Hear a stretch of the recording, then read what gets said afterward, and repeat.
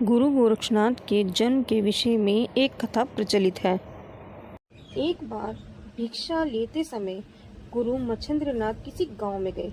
किसी एक घर में भिक्षा के लिए आवाज लगाने पर गृह स्वामिनी ने भिक्षा देकर आशीर्वाद स्वरूप में पुत्र की याचना की।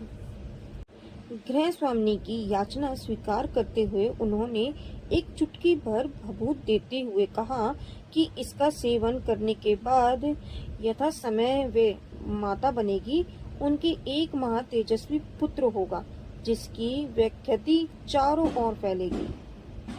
अब आशीर्वाद देकर गुरु मच्छिंद्रनाथ अपने भ्रमण क्रम में आगे बढ़ गए। अब 12 वर्ष बीतने के बाद जब गुरु मच्छिंद्रनाथ उसी गांव में दोबारा आए तो कुछ भी नहीं बदला था।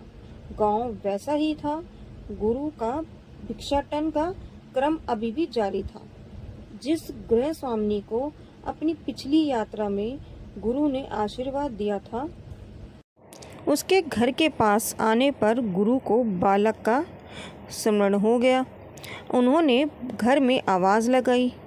वही गृह स्वामिनी पुण्य भिक्षा देने के लिए प्रस्तुत हुई। अब गुरु ने बालक के विषय में पूछा। गृह स्वामिनी कुछ देर तक तो चुप रही, पर सच बताने के अलावा उपाय न था।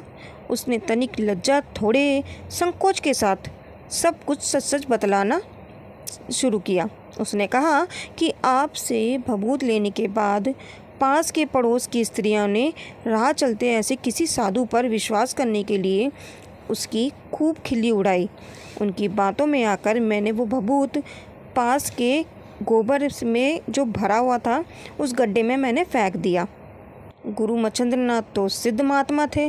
उन्होंने अपने ध्यान बल से देखा और वो तुरंत ही गोबर के गड्ढे के पास गए और उन्होंने बालक को पुकारा।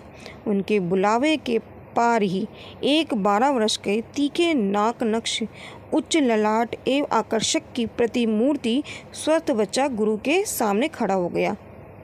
गुरु मच्छिंद्रनाथ बच्चे को लेकर चले गए। यही बच्चा आगे चलकर गुरु गोरखनाथ के नाम से प्रसिद्ध हुआ। गोरखनाथ के गुरु मच्छिंद्रनाथ थे।